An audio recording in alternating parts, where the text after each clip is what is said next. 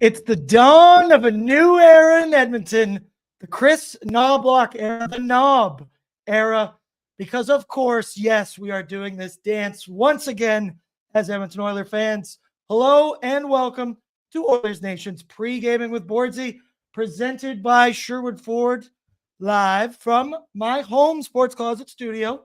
Once again, where I see the first comment in the YouTube chat from Rusty, the OG Rusty, the pissy optimist. Whoa, I didn't even see that. That almost went over my head. Let's go, Oilers. Wild weekend.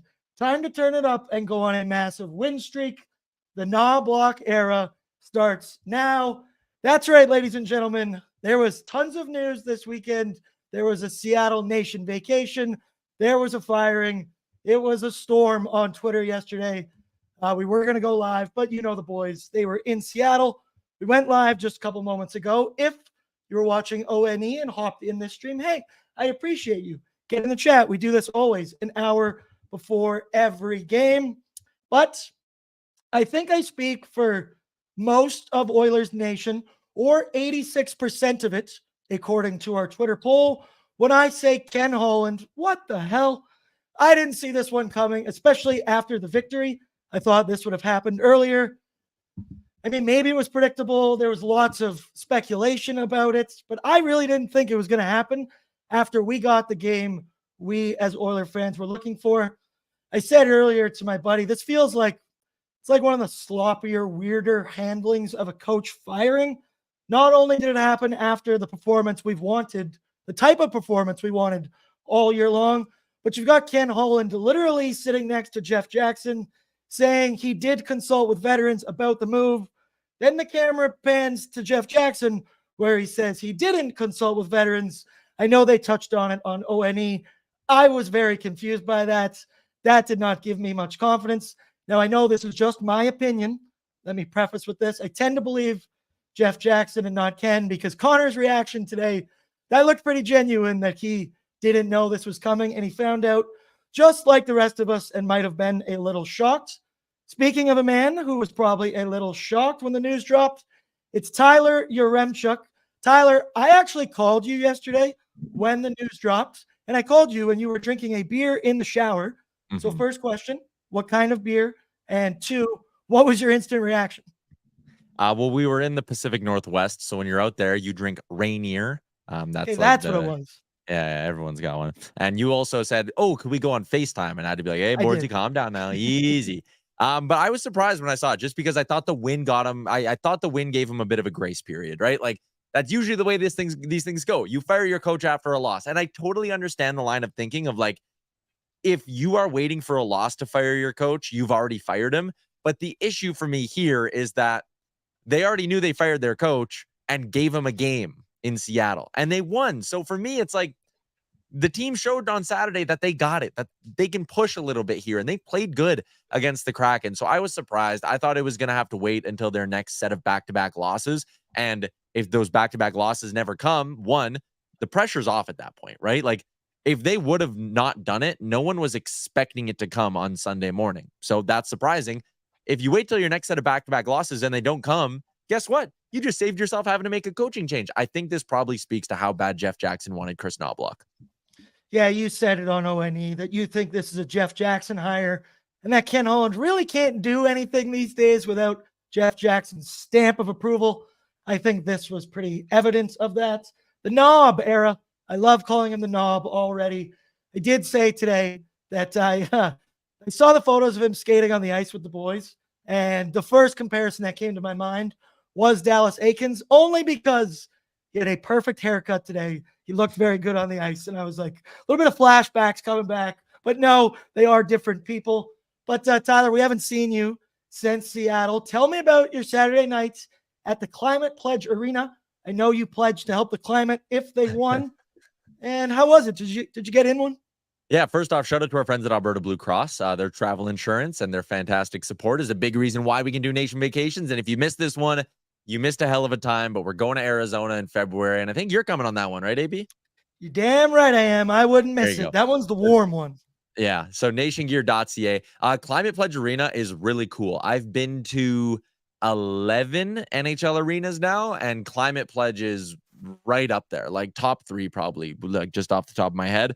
The atmosphere was cool. The arena's super unique, and Oilers fans travel so well that it was just flat out a ton of fun. Like the cheering was great. The team played good. It was just a blast. We went to a beer hall before. We won this thing called the Das Boot Challenge, and we all had to pass around a boot until it was done, a boot full of beers, like an 80-ounce beer. So like nation vacation, nation citizens always show up on these. We always have such a good time. Like we're leaving the airport today, and people who just met on this trip, and we're talking people who are senior citizens and people in their 20s, they're hugging each other saying goodbye because they had such a good time on the trip together. So it warms your heart. We had a great time and the Oilers came through. So it was a damn perfect nation vacation. I've only been on one nation vacation to Vegas, and boy, it was one hell of a time. I cannot wait for Arizona. But Tyler, I need to address the topic. Also, we played the video of you chugging the beer on the boots on Pregaming last time. Yeah. It was very smart of you to grab the bib because you did spill, and you even go, oh, look at that. It was a mediocre chug. Everybody knows you got to turn it when you get the bubble. But it's all right. I'll leave you with that one. But the one topic, the one bone I wanted to pick with you guys on the trip, no hat tosses for the Zach Hyman hat trick. I believe you were up pretty high though, so I can kind of understand that. I said you don't get the satisfaction of your hat hitting the ice. That's what it's all about. You're basically just giving it to somebody else. But the boys needed a win. We needed a hattie. We needed a performance. You got it. At least give me your explanation of why no hat. You were wearing your good one, right? Yeah, so I was wearing the hat I was wearing my Heritage Classic hat, so I didn't want to lose that. I don't know if Sports Closet still has them in stock. It's a nice lid. Also, the Oilers have not been playing good this year. Also, it happened very early on, so no one was really in like the proper state. Like when you think about the logistics of throwing your hat, it's like $40 to $50. Bye-bye. You got to be a little drunk for that to really make sense. So I kept my lid on. I stand by my decision. Let me know actually, I'm pretty sure we put a poll out after the last game. Would you have thrown your hat? I don't know if everybody actually would have. It's pretty easy to say. I have. I'm a guy who tends to wear my shittier hats when I go to these games, but there's been times, one time I bought a hat at Rogers Place and then I immediately threw it like 30 minutes later. And I just got lost up in the moment. I just got swept up in it all. And I threw it and I was like, man, I pretty much just threw $50 out on the ice right there. But you also, the trip continued. You went to the Seahawks game, afternoon game.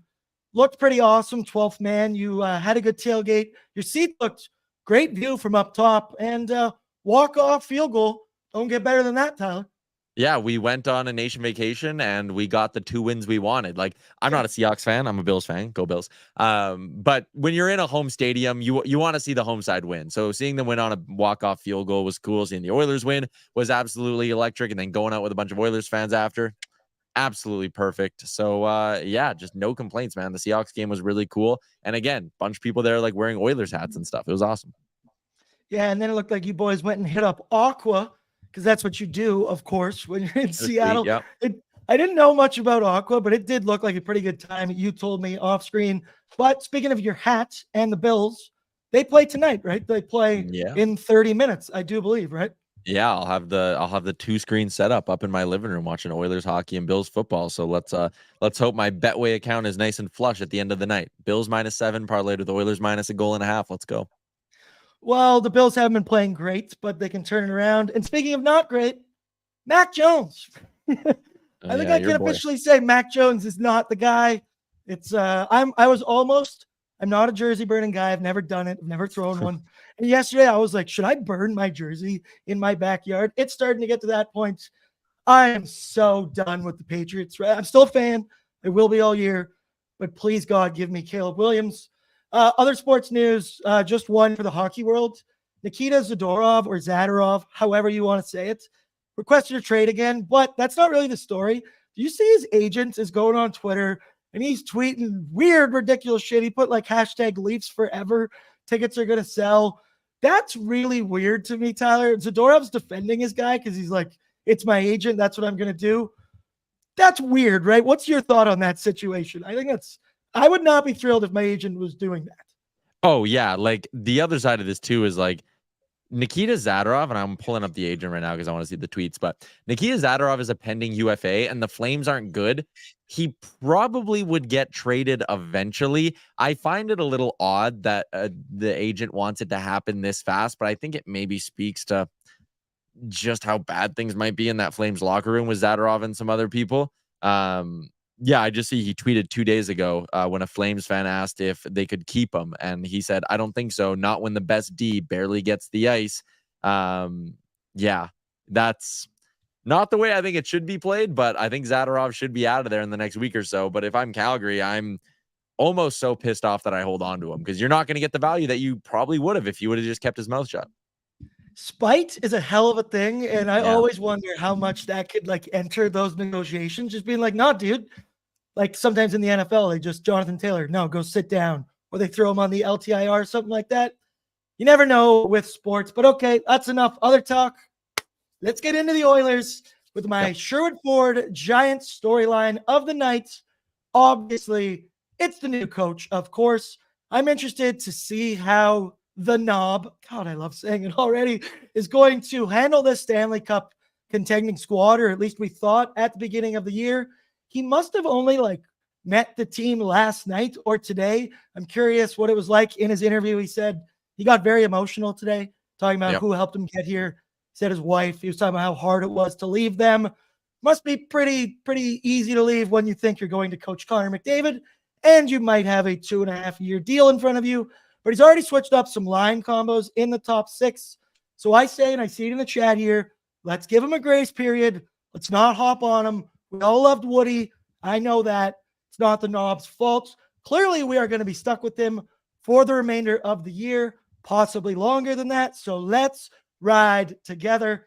I can't lie, when I saw him on the ice, I thought he was Dallas Aikens.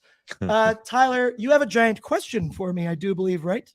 Yeah, okay. So this is, again, on ON Every Day 20 minutes ago, we were talking about, like Jay Woodcroft had flaws. There are things Woody did that drove us nuts as fans. So I guess the giant question would be, what is one thing you're hoping Knoblauch does differently than Jay Woodcroft? I think for me, it's going to be less blender. I would love to see the Oilers just have a top 6 that works and hums and gets 10 to 12 games together in a stretch, and they can, maybe start to develop some chemistry. I hope we get less blender early on. I hope the line combos we see right now stay that way for a full game and we go from there. Yep, you took it right out of my mouth. I want to see some consistency. We will get in the lineup just a moment. A couple switches here and there, a couple switches that I like myself personally. Let me know in the chat what you're looking forward from the Knob, what you want to see. I see Genesis here, all capitals. Roll them lines. Yep, let's maybe see a little bit more consistency in that department. I think that'll help the kids. My other one could be seeing the younger guys get a couple more minutes. I believe Lavoie last game played 4 minutes. James Hamblin played 8 minutes. Maybe he'll be more likely to roll them around. Who knows? Last game, I really wanted to see Raph Lavoie on Connor's wing. I doubt we're going to see that today because we made a switch up, and the lineup report is brought to you by Sherwood Ford, the Giants, Dealer Raiders 2023 Dealer of the Year, and 23's Consumer Satisfaction Award winner. They got it all. Mobile service. But what more do you need? Go in there, check out used, new, all kinds of options in their showroom. Okay, Patrick, pull it up for me. The Edmonton Oilers, new roster, new jerseys, new coach, new team. The top line there, Ryan Nugent-Hopkins with Connor McDavid and Sam Gagner. Second line, Evander Kane with Leon Pissy Draisaitl and Zach Hyman. I had to sneak that one in there. Dylan Holloway with McLeod and Warren Fogle, followed by Raph Lavoie, James Hamblin, Derek Ryan. Fourth line stays the same. Deep pairings of Ekholm and Bush, Nurse, Ceci, Kulak, Desharnais. So they stay consistent on that end. We've been talking about the line blender forever. So let's see if these guys stick together for a full 60. I have belief. I don't know. Maybe that's just something they talked about before. If you want to do something different, clearly we needed a change. So let's try changing that. But the first one that jumps out to me is Nuge is back on the wing, and he's back playing with Connor McDavid, a place that we've talked about, I think suits Nuge's game a lot better on the wing. He can play center, but I view him more of a winger. with Sam Gagner. He's been great. He's been very consistent. So I love him getting a shot here. Tyler, what do you think of the top line tonight? Yeah, so I do agree. I think Nuge is more productive as a winger. They need to get him going. So playing with Connor, it makes sense. I think their styles line up pretty well. And then having Sam Gagner there, like next to Zach Hyman, has there been an Oiler who's been going to the blue paint with more consistency and more jam than Sam Gagner over the last week to 10 days?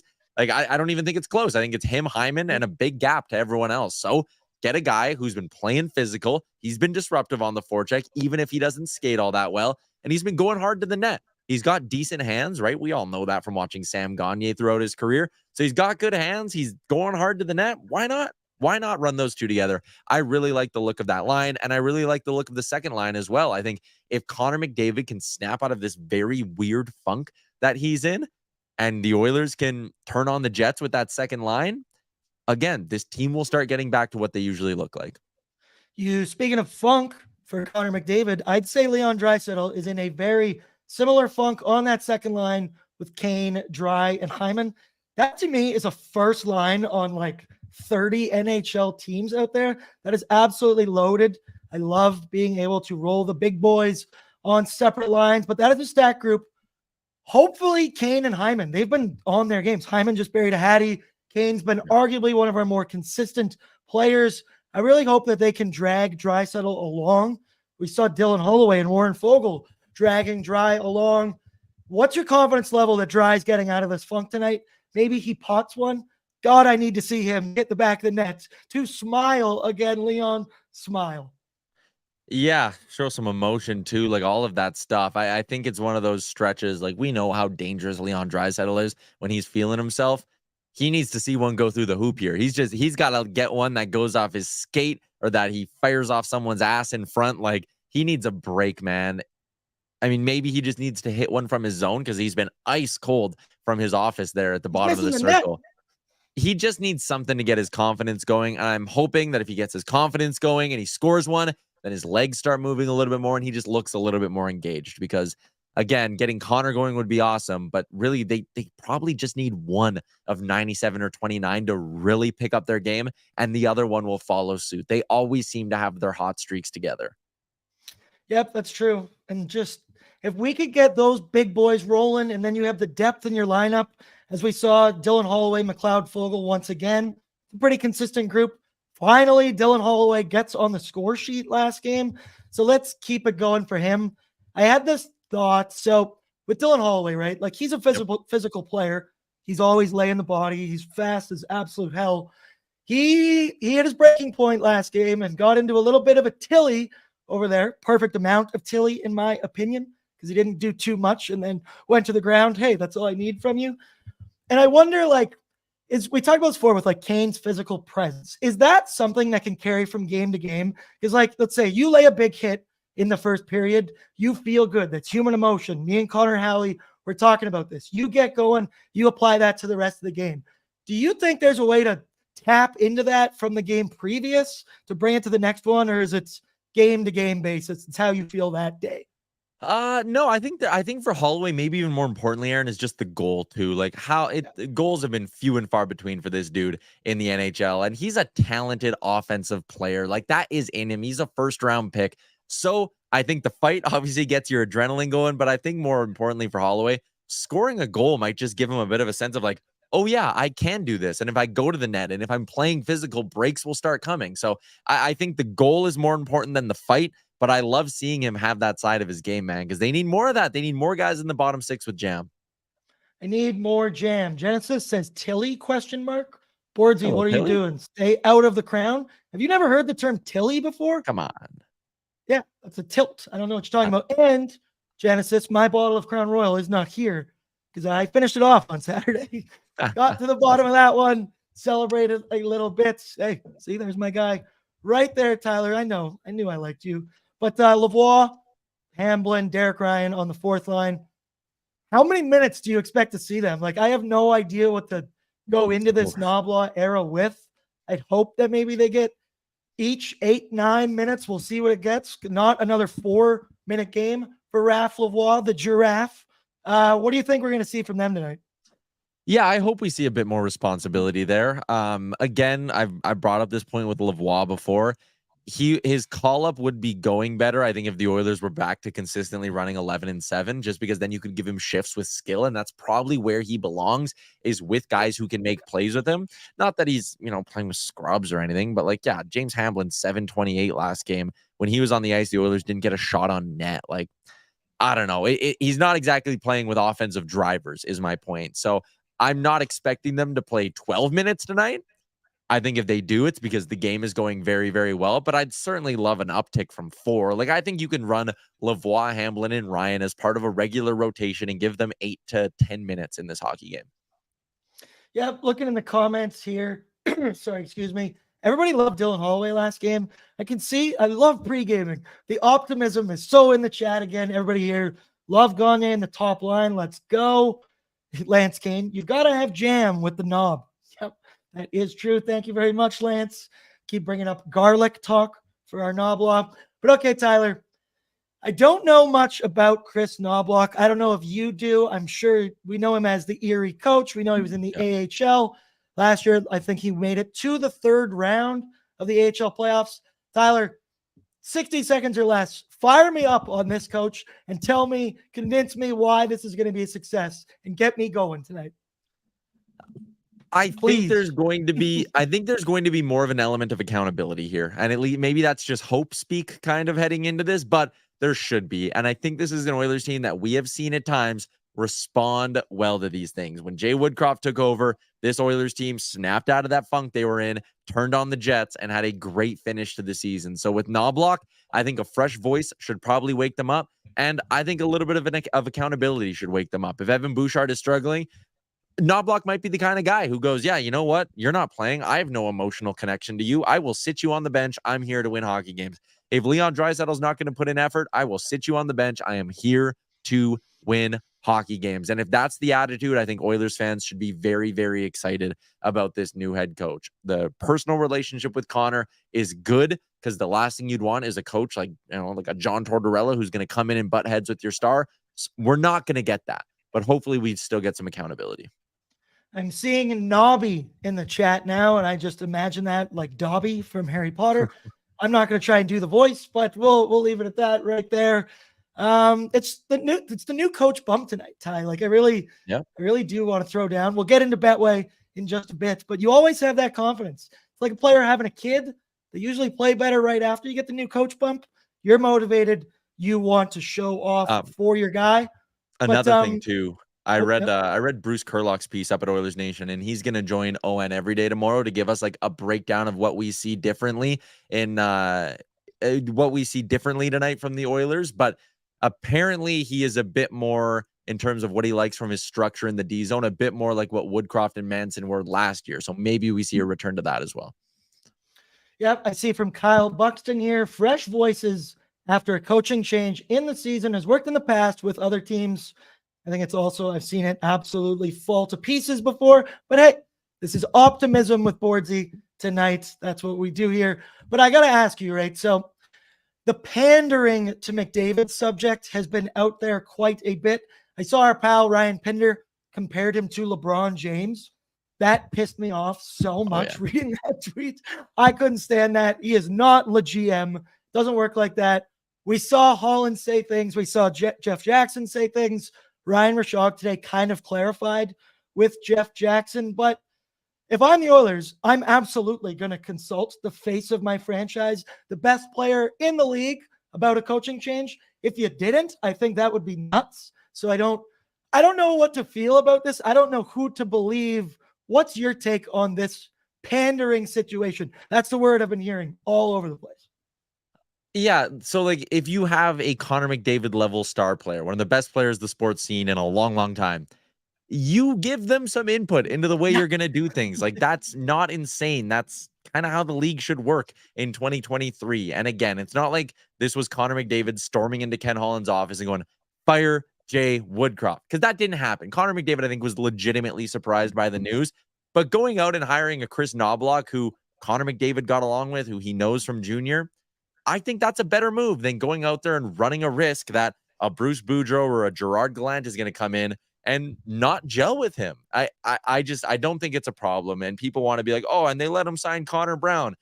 I mean, come on. We were all applauding the Connor Brown deal back in the summer. You can't just sit there now because he's injured and be like, oh, it doesn't work. It doesn't work. Like, why is McDavid allowed to do this? So I don't know. I think it's extremely situational. I think a lot of it is also with a lot of hindsight. Everyone applauded the Jeff Jackson hiring 3 months ago or whatever it was. And now all of a sudden it's, oh, McDavid just calling the shots, blah, blah, blah.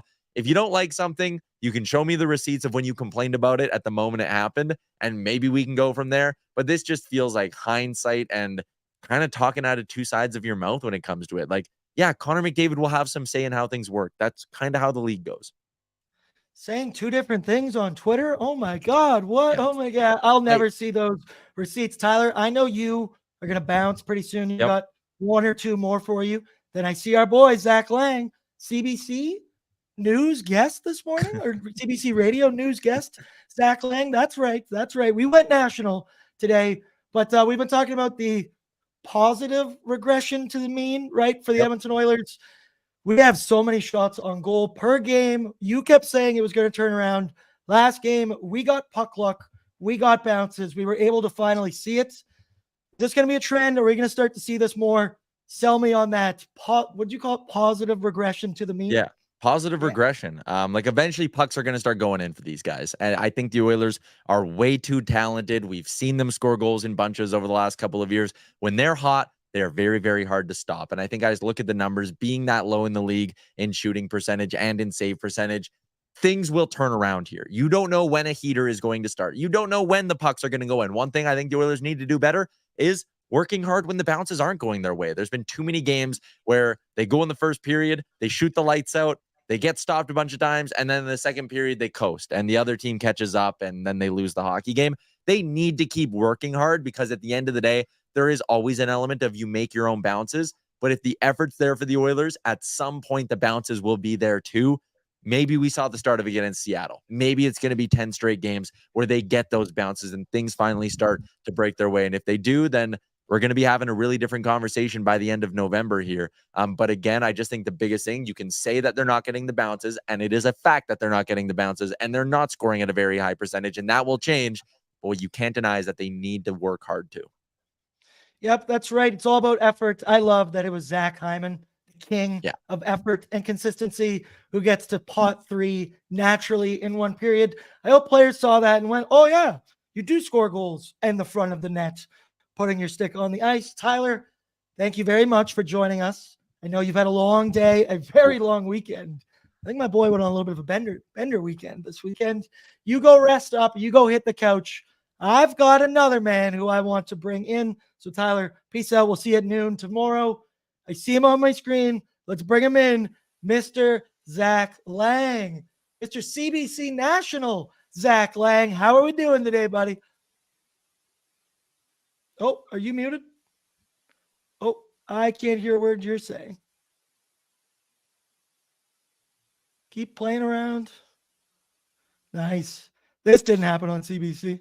Nope, still nothing. Well, we can play around.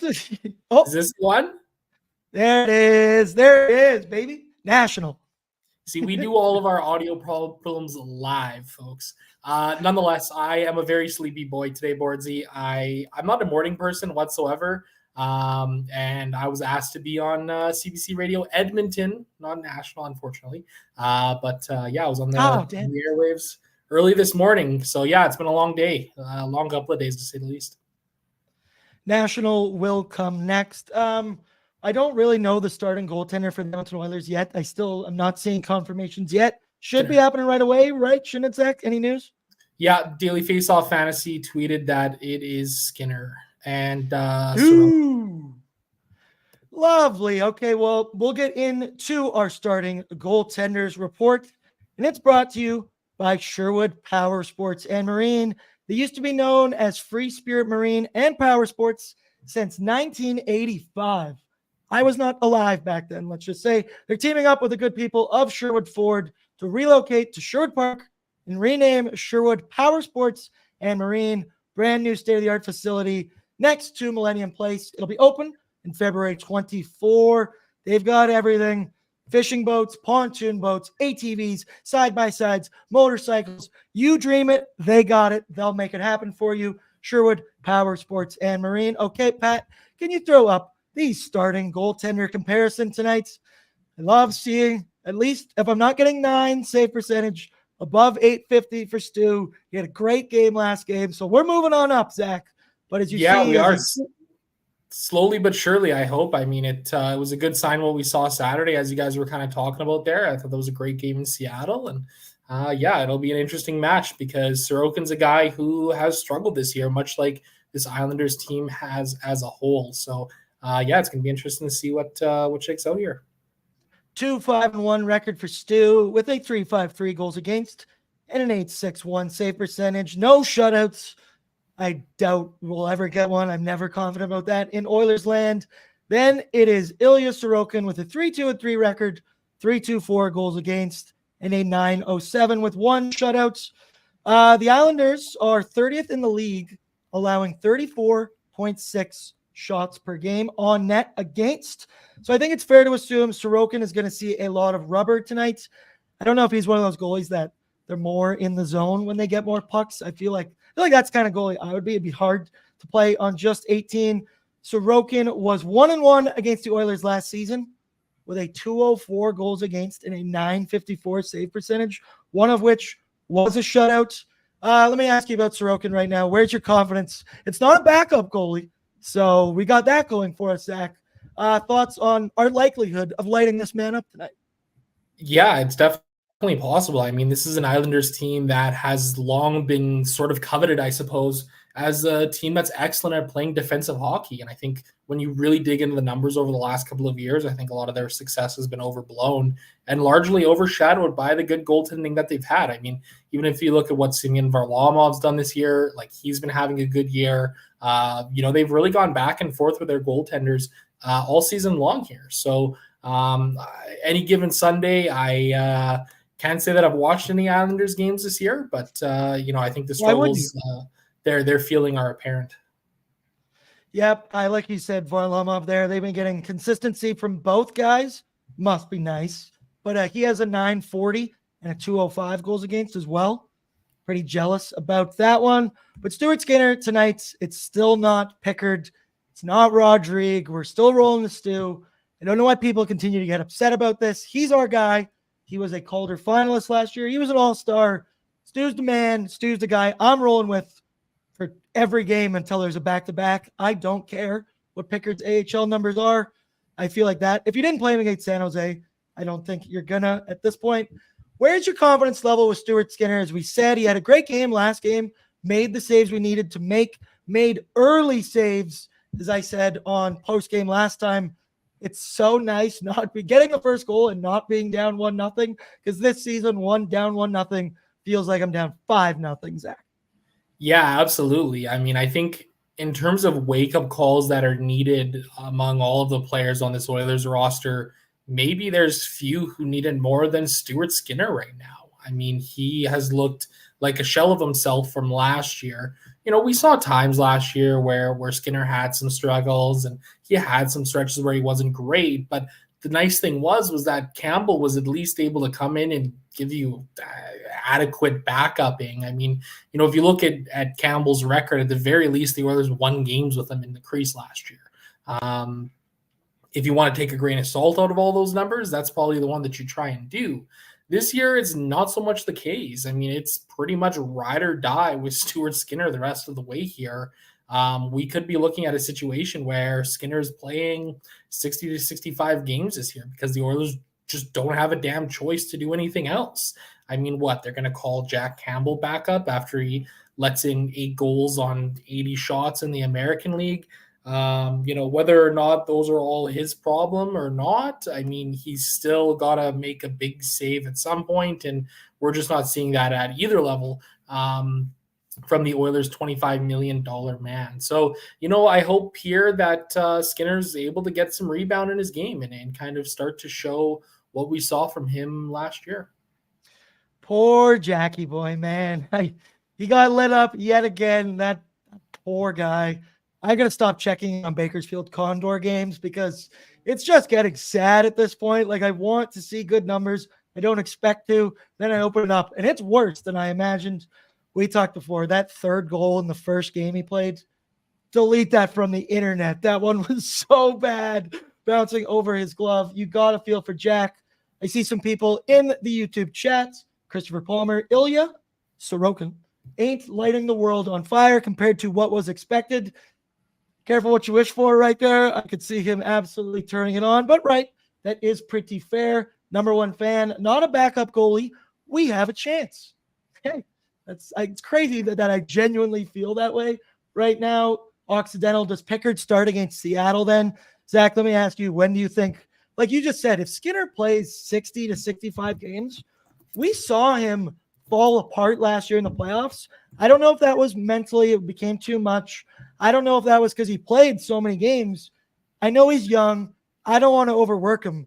Playing 60, 65 just isn't really something that happens in the NHL unless you're Vasilevsky, unless you're an absolute stud. So when do you think we're going to see Pickard next? Well, I don't think it's going to be on Wednesday because if you look at the Oilers' schedule, they have both Thursday and Friday off here at the end of the week before they go on a 4-game road trip. And honestly, I think, maybe middle of next week, you look at the game against the Carolina Hurricanes. I think that could be a good option right there.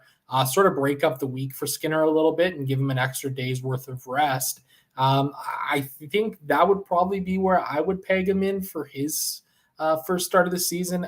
I really do think that at the very least, Pickard needs to be playing every 5 out of 6 games. If we can get him to play that amount there, or every 6th game or every 7th game, I think there's a real blend where you can kind of get him into the mix a little bit and see what he can do. Because, hey, you know what? Maybe you can start him in next Wednesday against Carolina, and all of a sudden he puts together a strong performance. Then you're like, hey, you know what? Maybe we have a little bit more confidence, or we can rather have a little bit more confidence in this guy to mix it up a little bit here. Because, again, we really don't know what we're going to see from Stuart Skinner moving forward here. Yep, that Carolina game, right? I believe that's a back-to-back next week. That's what I had circled for where I'm going to see Pickard because, right, it's Wednesday and then Saturday day game. So I think it'll be somewhere right around there. You see Halfnon in here said, imagine if Stu gets a shutout, the post-game would be lit. Zach, where do you fall on saying that word? I say you can't say it during the game. I don't know if people are going to be pissed at me that I just said that on Pregaming, the actual word. What's your superstition with the S word? What word? Sorry, I have no idea what you're talking about here, Bordsy. I blacked out there for a brief moment when you said whatever word it was. Okay. I'm not entirely sure what happened there. We're gonna move past that one. Be nice to me in the chat, please. Don't. But if he gets it tonight, hey, then we'll see that. We're gonna get into the New York Islanders lineup here. We're going to go a little quick because then I want to ask you about the knob era. So the New York Islanders lineup is brought to you by Greta. Greta's the best, Zach. You know me. You just got your crew card. I got my crew card. Greta always sucks it up, does the best stuff. The managers there, shout out to Cade. He's my boy. He always pulls out the stops for everybody, not just us. So you go out there, you tell him you love Oilers Nation. I'm sure he will take good care of you. But okay, Pat, bring it up for me. The New York Islanders lineup, as you see, top line of Matt Barzal, Bo Horvat, and Simon Holmstrom. Second line of Pierre Engvall, Brock Nelson, and Kyle Palmieri. Got to check on his beard. I wonder how that's going. Now does Lou allow guys to grow beards? I don't think he does, right? No, Zach, you could never play on that team. Third line of Anders Lee, JG Pajot, and Oliver Wahlstrom, followed by young guy Julian Gauthier, Casey Cizikas, and Cal Clutterbuck. On the D end, it's Sebastian Aho. No, the other Sebastian Aho with stud Noah Dobson. Then it's Alexander Romanov with Ryan Pullock, Samuel Bolduc, and Scott Mayfield. So it's the New York Islanders tonight, and I already saw this in the chat everywhere, and I had it written. So this game is going to be boring. They have just always played such slow, boring hockey style that they do. They used to have trots. I know they don't anymore. Maybe times have changed. That's just what's so burned in my brain about the New York Islanders. I always fall asleep But looking at that lineup, Simon Holmstrom is on the top line. That's what jumps out to me. He's the 2019 first-round pick of the Islanders. He's got 4 goals and 0 assists in 12 games so far this year. I don't know. Do you know anything about this guy, Zach? Because that's what really jumps out. He's 6'2". He's 205. He must have some size. He must be doing something right because he's playing with the big dogs. Yeah, I also think it's a little bit of a problem of like there's not really anybody else that could slide up there. I mean, Anders Lee is the guy who typically has played on the top line for the Islanders in the past. You know, he suffered a torn ACL the other year and just hasn't quite looked the same ever since. He's been bad. He has. He's really his game has really dipped here. He has 2 points. Pardon me? He has 2 points. 2 1 points. goal, Yes. 1 assist. Exactly the point there. This is an interesting Islanders lineup. They're very top heavy, right? They play their first line 30% of the ice time. Their second line gets 27% of the ice time. Those top 2 lines, they do have some offensive jump to them. I mean, I will give them credit. Matt Barzal is a great player. Bo Horvat, the Oilers fans know Bo Horvat very, very well. That second line I like of Brock Nelson and Kyle Palmieri. These are 2 guys who have been around the block for a very long time. And they can still be productive. Now, the big thing for them is that it just kind of hasn't really come yet. And that's kind of the same thing that the Oilers have been dealing with here too. I think the Oilers a little bit more so than the Islanders. I think from the Islanders' perspective, it's a bit of a larger problem that they're kind of dealing with here. But yeah, this is a team that you cannot take lightly. As Tyler had mentioned earlier, Jay Woodcroft's first game was against the Islanders. 2 years ago. There was a lot of guys that are on this Islanders team here that were on the team 2 years ago as well. So they're going to be thinking, hey, you know what, we can come out and play spoiler here tonight. And that's exactly what they're going to try and do. Okay, I'm going to just bulldoze through this Islanders lineup. I laughed here from Mainlander Tim. He said, Barzal, ... What could have been? Yeah, every time I see his name, God damn you, Griffin Reinhardt. Yeah. Why did that have to happen? But can't live in that world. Horvat and Barzal, they're off to okay starts with 10 and 9 points respectively. You said Brock Nelson on the second line. He leads the team in goals with 6. He's just a consistent second line forward who makes $6 million a year. When I see he makes 6, I'm like, God, I love Nuge. That contract, everything about him. We got our boy for 5 point whatever. That's great. Kyle Palmieri, he's a guy I could see that would slide up on that first line because he's a sniper. That's what he's always been. 8 points, 13 games so far, but he can score from anywhere, so you can never take him lightly. Anders Lee is the captain of the team. As I said, brutal start to the year. He has 1 goal, 1 assist in 13 games. Coming off injury. I don't know. He's a little bit older. I don't know. He's never been a great point producer, but he's always been a clutch player who does the right things. And from what I read on Reddit today, people in New York are not a large fan right now. The D is Noah Dobson, who stands out to me. He leads the team in points from the back end. He has 4 goals and 8 assists already on the year. He averages 24-43 on ice. So I think it's pretty fair to see Connor McDavid. We'll be seeing him a lot tonight. Zach, Islanders are boring. Anything that really comes out to you, like always, I might eat my words. I have my clown hair and clown nose. It's actually still right here next to me. I love that you tweeted out. Yeah, we're taking this well the other night because I was going through it, but they're 30th in goals per game at 2.46. They're 22nd in power play with 17%. This kind of play a grinded out style. What do you expect to see from them tonight? Is this going to be boring? Yeah, I think you're going to see a bit of a slow, methodical, plotting kind of game here tonight, which is kind of probably honestly going to play to the benefit of the Oilers here. I mean, this is an Islanders team that doesn't really have a lot of speed in their lineup. They can't really attack very well. Their season high in a single game this year is 4 goals, and they've done it twice. So it's not like, they've got a ton of offense. They've scored 2 or less goals in, 1, 2, 3, 4, 5, 6 of their games so far this year. So this is a team that's struggling to put the puck in their net. They're going to want to try and lock things down defensively, especially when they look across and they see guys like Connor McDavid and Leon Draisaitl, who are more than due for some offense. Yep, that's true. Let me know in the chat if there's anything that stands out to you about this team. I already feel like I've said too much. I'm going to eat my words later. I can already feel it coming on. But okay, let's move along. I'm gonna get in Betway here quickly. We're gonna throw up the poll, and then Zach, I want you to sell me on the knob, the new addition to the team. But for my bets, as usual, he's not producing right now. He is back from Seattle. He did a great job organizing the whole trip. Looked like he had a blast. Bring him in here. I see Gavin. Boys. Oh, look at that handsome smile. Boys, let's go. Good to be back. Good to be back. Gavin, how are you doing? How was the trip? Yeah, it was good, man. Everyone had a great time, obviously, and that's all you want. And obviously, we got a dub. We went in, like, vibes were kind of hesitant, but obviously 4 goals in the first period. Cannot go wrong with that. Yep, exactly. So, Pat, can you pull up the Betway 19+ stats of the game? The under 6.5 total goals has hit in 4 straight games between the Oilers and the Islanders.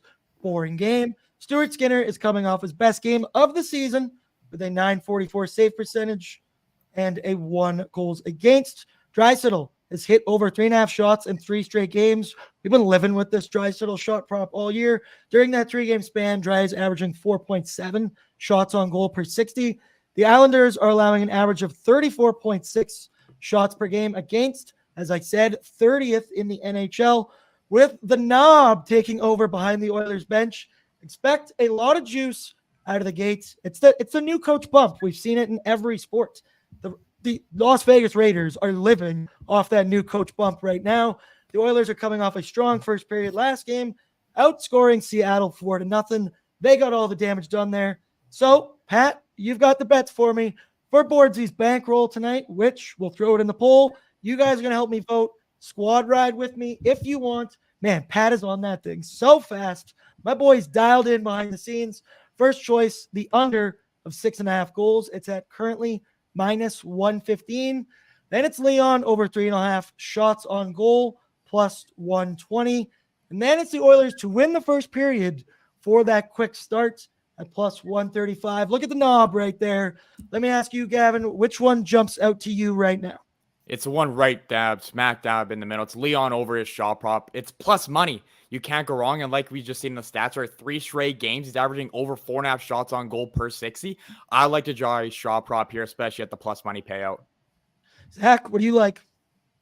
Yeah, I like I kind of like all 3 of them, honestly. I don't mind the under in this spot here.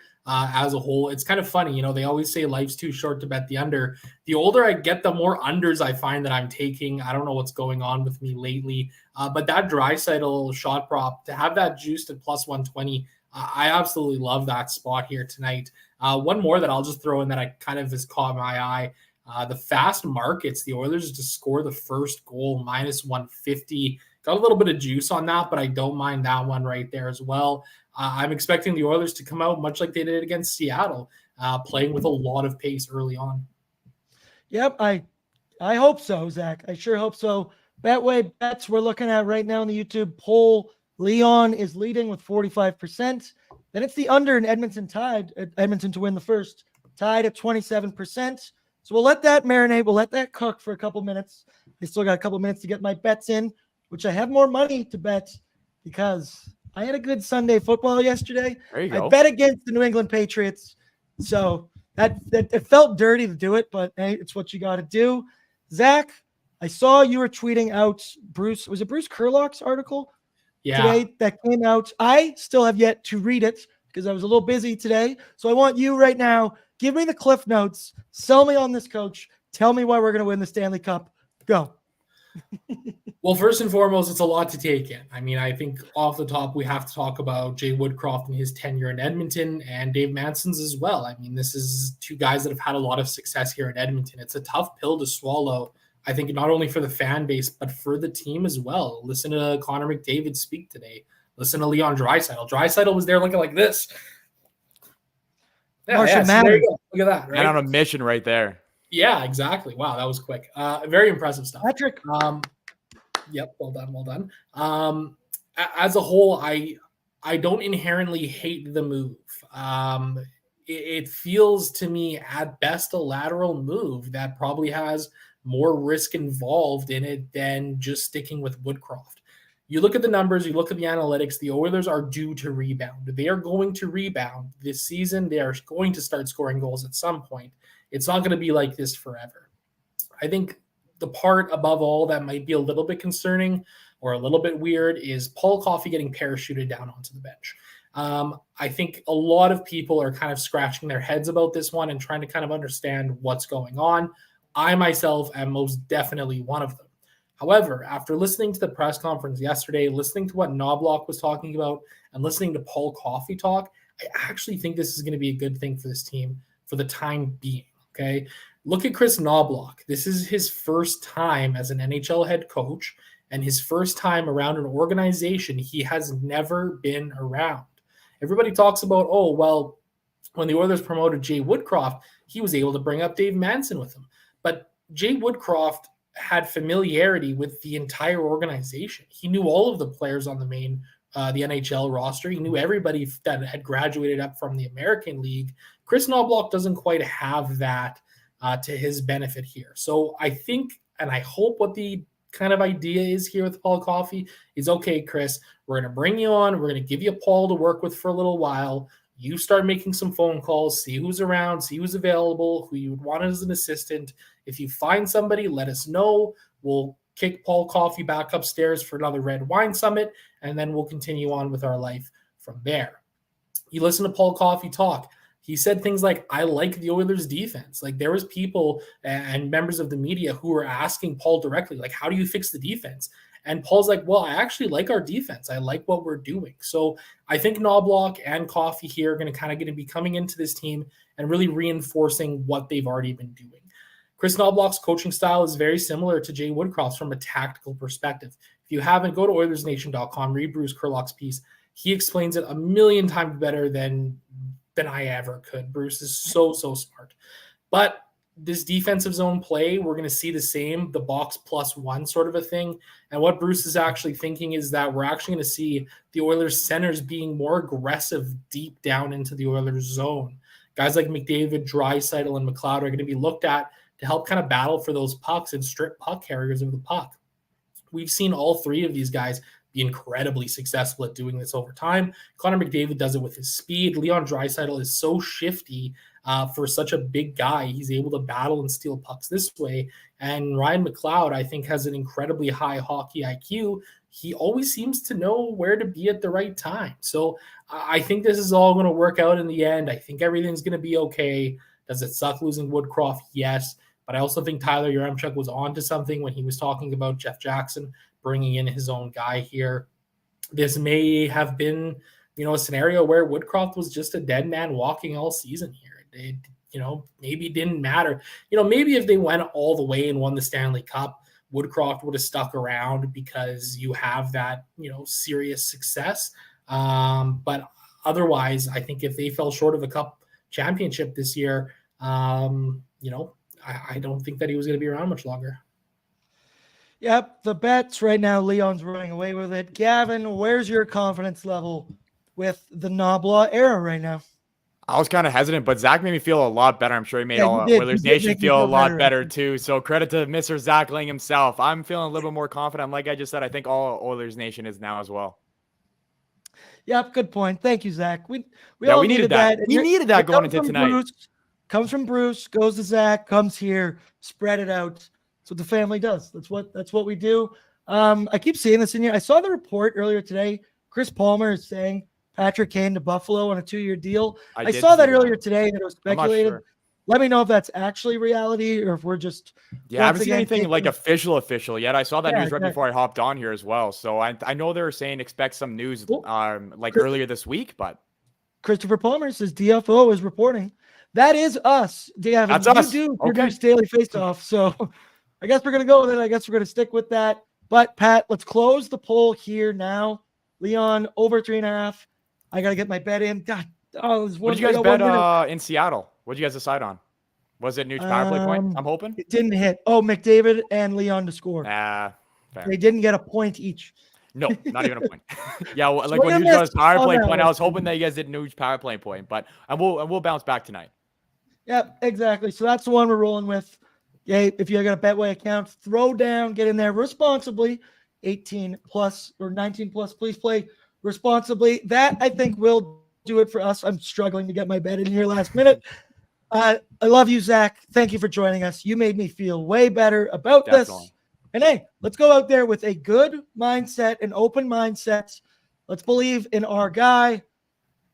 Let's hope we can string a couple wins together. This is a point in the schedule. I think that we can really string it together. This is some games I've had circled. Gavin, thank you very much. You'll be with me for post game, right? Yes. I'll see you after the game. Right after. Yep. And Talking about a dub. We got Coombsy with us tonight. So it'll be extra spicy, extra funny. I'll probably throw in a couple Simpsons references. Sorry, Zach, I didn't get one in today. My apologies, people. Puck dropping soon. Let's have a good one. We'll see you in here right after for Oilers Nation After Dark. Thank you for watching Pregaming with BORDZY. Good luck, everybody.